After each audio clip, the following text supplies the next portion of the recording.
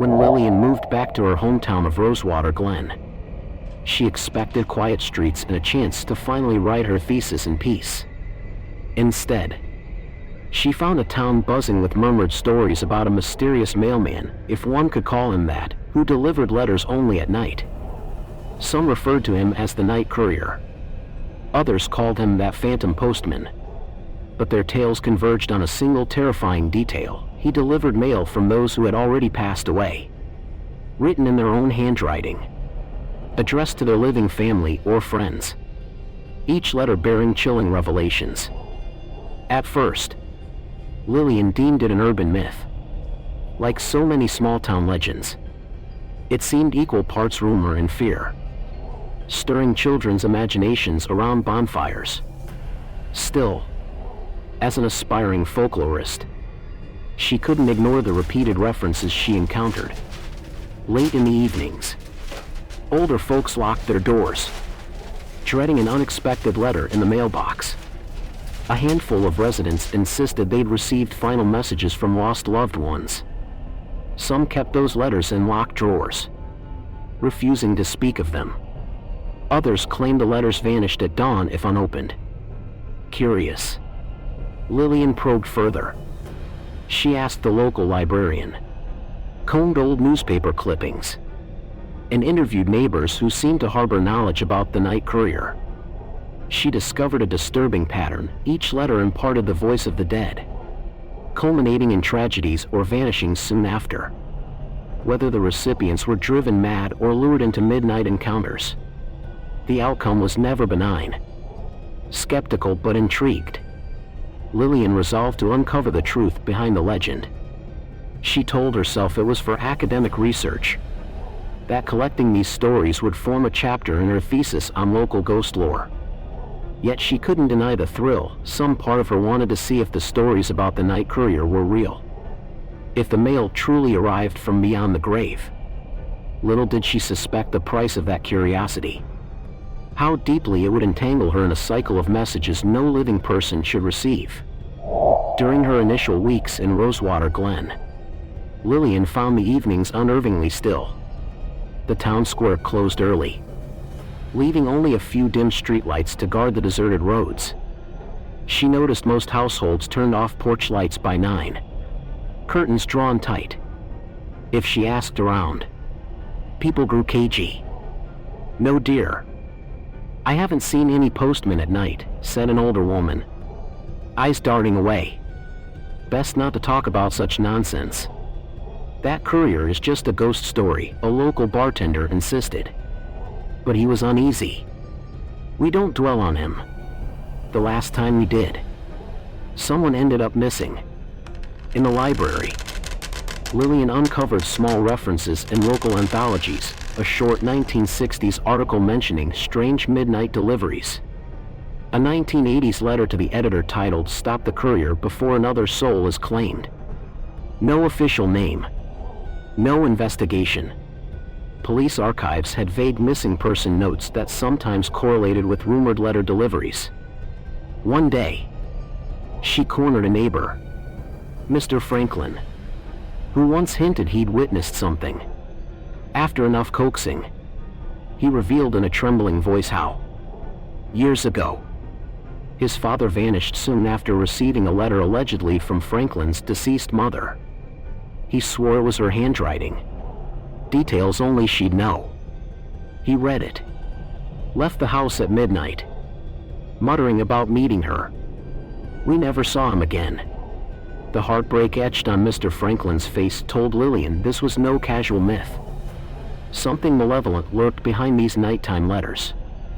She felt a pang of sympathy and a mounting dread, because if these letters truly came from the dead, then the Night Courier was some agent of the afterlife or a demon feeding on human grief. Lillian decided to systematically record these stories, hoping to piece together a pattern. The more she delved, the more consistent the details became. The courier wore old-fashioned attire, always unrecognizable in shadows. The letters arrived in the victim's mailbox or doorstep at exactly midnight, and each letter addressed the recipient intimately, referencing secret memories that only the deceased would know.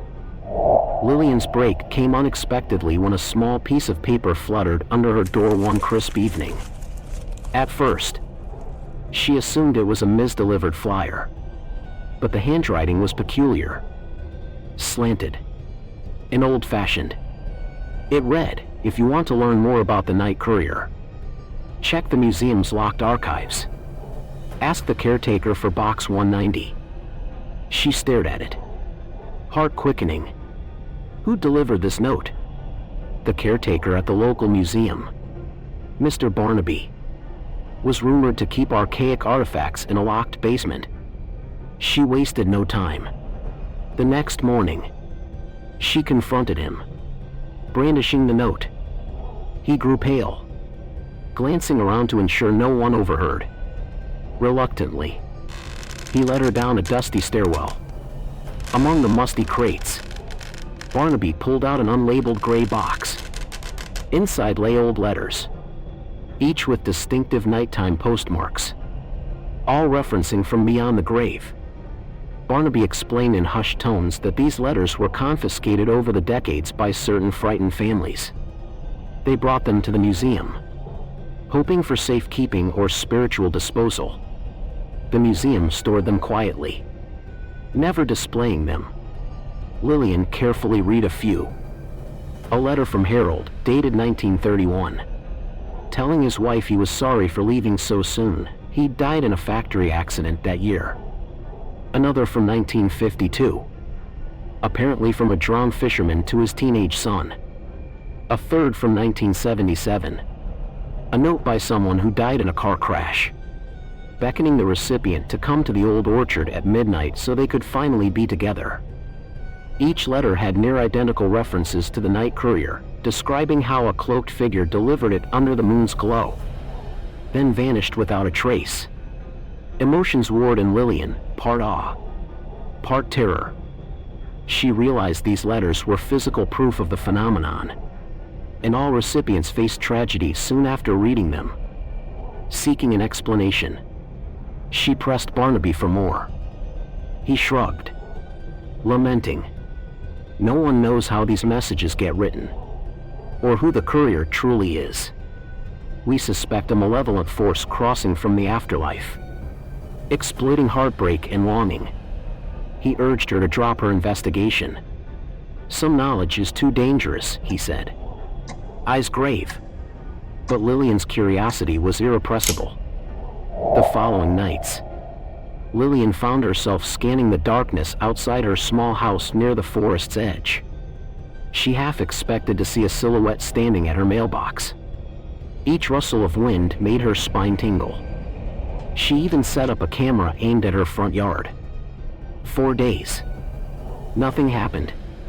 Just typical quiet nights under a pale moon. The camera capturing no unusual activity. Gradually, she started to think maybe the courier only targeted people with deep personal grief or unresolved guilt. Perhaps she was safe, having no recent tragedies. Still, she felt uneasy. Then one dawn, stepping onto her porch, she found an envelope with no stamp, no return address. Her name scrawled in old-fashioned cursive. A chill. She recognized the hallmark of the museum letters. Her heart pounded. She debated whether to open it. Memory of all the tragedies unleashed by these letters overcame her. She decided to remain calm, treat it as evidence. She donned gloves, carefully placed it in a plastic bag. She called Barnaby, who agreed to examine it with her. "Don't read it alone," he warned. That afternoon, in the museum's back room, they opened the envelope under bright fluorescent light. Inside was a single sheet, blank except for a single line, "Midnight. The orchard behind the Sawyer's barn. I will arrive." It was signed in an elegant flourish, one from beyond. Lillian's mouth went dry. This wasn't a letter from a specific dead relative, but an invitation from the courier himself, or from whomever orchestrated these deliveries. Barnaby trembled, urging her to ignore it. Meeting him is madness, he insisted. Yet she recognized an opportunity if she confronted the courier. Maybe she could unravel the entire phenomenon, possibly help the town break free from this dark urban legend. Despite her fear, she said she'd go. Nightfall came swiftly, the sky a blanket of stars overshadowed by a waxing moon. Lillian drove to the Sawyers' old barn orchard, an overgrown field near the outskirts. The orchard's bare branches twisted against the gloom. She arrived close to midnight, a flashlight in hand, phone camera in her bag. Heart pounding. Barnaby had refused to come, too terrified. She was alone. At exactly midnight, a gentle breeze stirred the orchard. She hovered near the largest apple tree trunk. Moonlight cast ghostly silhouettes on the ground. Then she heard it, a faint clip-clop, as if footsteps on soft earth. Out of the shadows stepped a tall figure in old-fashioned attire, wearing a peaked cap reminiscent of turn-of-the-century postal workers, face shadowed by the moon's angle. In his gloved hands, a small satchel, presumably containing letters. Her breath caught. She forced herself to speak. You're the night courier, aren't you? The figure paused, raising his head slightly, though his face remained in shadow. His voice, calm and resonant, replied, "I deliver what must be delivered, from those who wish to speak one last time." He extended his gloved hand, revealing a faintly glowing envelope. "Tonight, this belongs to you, Lillian." She stepped backward, refusing the letter. "Why me? I have no departed relative seeking me," she stammered. The courier replied cryptically, "All who pry into these letters eventually receive one. And you've pried deeply indeed." She felt the orchard air shift, a hush settling. She demanded, "What happens if I read it? Why do people vanish?" He let out a sigh reminiscent of sorrow. "They choose to follow the call, either guilt or longing. Their souls pass beyond." Summoning courage, Lillian brandished her phone camera, snapping a flash photo. The courier hissed, recoiling, the orchard shadows swirling. She half expected the photo to show an empty frame or a blur. She demanded answers. "Are you a ghost? A demon? Are you doing this to torment the living?" He paused, tone layered with centuries of fatigue. "I am but a messenger. The choice to read, to heed the call, is each mortal's own." Lightning flickered on the horizon, highlighting the orchard's twisted branches. She realized that if she refused the letter, she might be safe. Yet curiosity burned. Who sent it? A voice from her past. The courier seemed to sense her conflict. "Take it," he whispered, "or leave it. But the letter's truth will find you either way." In a moment of reckless determination, Lillian snatched the envelope. She demanded, "I want no illusions. If I open this, I do it with open eyes." The courier tilted his head, silent. The orchard grew colder, the hush thicker. She felt an invisible force urging her to tear open the letter. With trembling hands, she did so. Inside, scrawled in faint handwriting, a short note. "Lillian, I'm so sorry. I never told you the truth about my last day. Please meet me at the old well behind your childhood home. Midnight tomorrow." It was signed with a name she recognized intimately, her father, who died under suspicious circumstances decades ago. Her chest clenched. She recalled how her father vanished in an apparent accident. Yet rumors swirled about unsolved mysteries at the well. She shut her eyes, wrestling with the wave of guilt for never uncovering his real fate. The courier quietly vanished into the orchard's gloom, leaving her alone. She returned home in a daze, the letter clutched in her shaking hand. Over the next day, Lillian paced her living room, letter in front of her. The orchard confrontation had proven the courier existed, and that the letters indeed carried messages from the deceased. If she followed the instructions to meet her father's spirit at the well, would she vanish like others? But what if ignoring it left her father's truth unknown forever? She was torn between self-preservation and a desperate need for closure. She confided in Barnaby. He urged her to burn the letter, to run from Rosewater Glen if needed. "No letter is worth your life," he pleaded. But Lillian felt a powerful impetus, partly from guilt. Her father's death overshadowed her childhood. If she could glean the truth, maybe she'd free them both. She decided she'd prepare carefully, not fully trusting the letter's invitation. She reasoned that she might record what happens, maintain a tether to the real world so she couldn't be lured beyond. At dusk, she read the letter one final time, noticing faint shapes in the margin, like a blurred watermark of an old well. She shivered. That well behind her childhood home was a place she'd avoided for years. Rumors said a spirit roamed there, or that the water was cursed.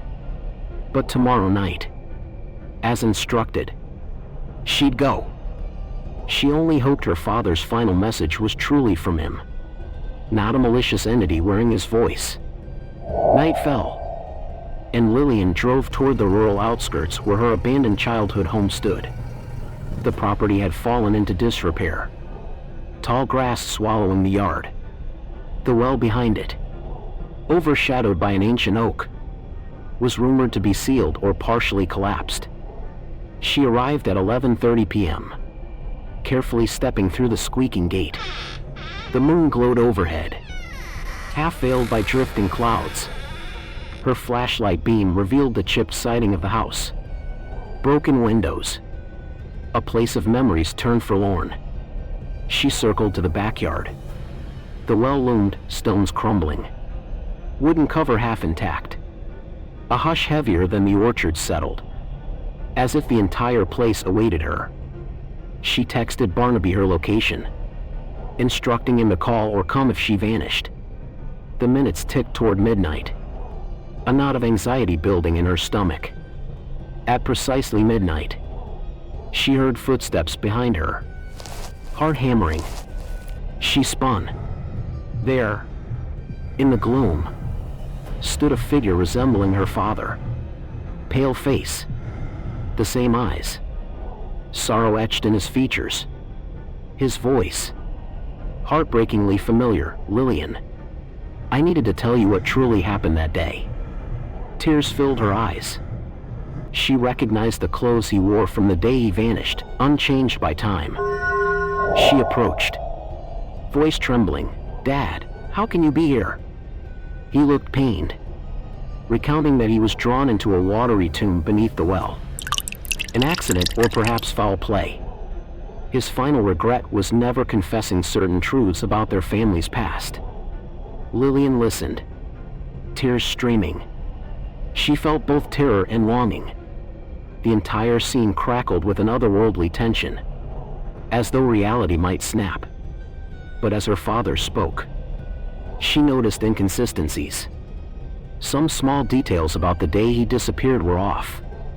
She recalled him wearing a watch, but the figure insisted he'd lost it a week prior. The figure's tone also grew stilted, words occasionally echoing with a hollow undertone. She realized with horror that while it might carry her father's voice and face, something else lurked beneath the facade. Lightning flashed, highlighting the figure's eyes. They glowed faintly silver. She stepped back, half lifting her phone to record. The figure hissed, "Put that away." The hush around them deepened. She tried to maintain composure, urging the figure to share the truth. The figure beckoned her closer to the well, insisting she lean over the edge to see what's left. She knew if she peered in, she risked a watery fate. Tension peaked. She refused to move. The figure turned cold. "You were always so stubborn, Lillian. Did you even want me back? Or is this just your curiosity? She recognized this manipulative tone might be the entity behind the night courier, harnessing her father's memory, summoning her will. She confronted it. You're not my father. You're just using his voice. The figure's face twisted, half decaying, revealing a shadowy maw. The air crackled, a vortex of cold wind swirling around them. Realizing the trap, Lillian fumbled for her phone camera, snapping a shot of the decaying figure. The flash flared, causing it to recoil with a guttural moan. She seized the moment, turning to run. The hush pressed upon her like a gravitational force, trying to drag her back. She mustered every ounce of strength, ignoring the plaintive cries that sounded like her father's voice, pleading, "Stay. I can't leave without you. Don't abandon me again." Each word stabbed her guilt, yet she forced herself forward, stumbling through the yard. She hopped into her car, engine sputtering to life in the raging hush. Only after she sped away did the hush recede, normal night sounds flooding in. Her tears blurred the road. She couldn't believe the depth of that ruse, how close she came to succumbing. She realized if she believed wholeheartedly it was truly her father, she might have followed him, stepping into the well or crossing some threshold, never to return. The entity behind these letters was cunning, using heartbreak as a weapon. Back in town, Barnaby awaited her call. Relieved she answered. She sobbed, recounting the encounter. He insisted she cut all ties, never chase the night courier or any nighttime letters again. She agreed in principle, but her heart still yearned for closure. She never found out how her father truly died, but the risk was too high. She knew the entity behind the courier just wanted to devour more souls. Despite everything, Rosewater Glen saw a spike in rumors the following week. More letter deliveries arrived, some referencing other deceased loved ones.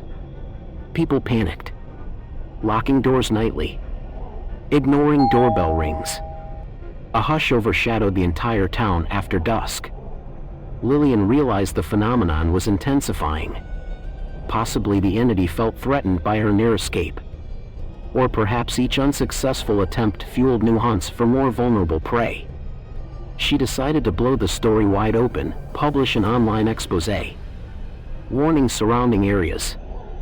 She posted her full account, including photos of the phone booth, the Orchard midnight meeting, the horrifying illusions. The article gained traction among paranormal circles. Some believed, many ridiculed. The courier phenomenon nonetheless persisted. One night, Lillian woke to find a letter taped to her front door. She recognized the courier's distinct script. Opening it, her blood ran cold. It read, "Your father's truth is near. If you want it, last chance. Meet me at the phone booth at midnight tomorrow, or the next letter goes to someone dear to you."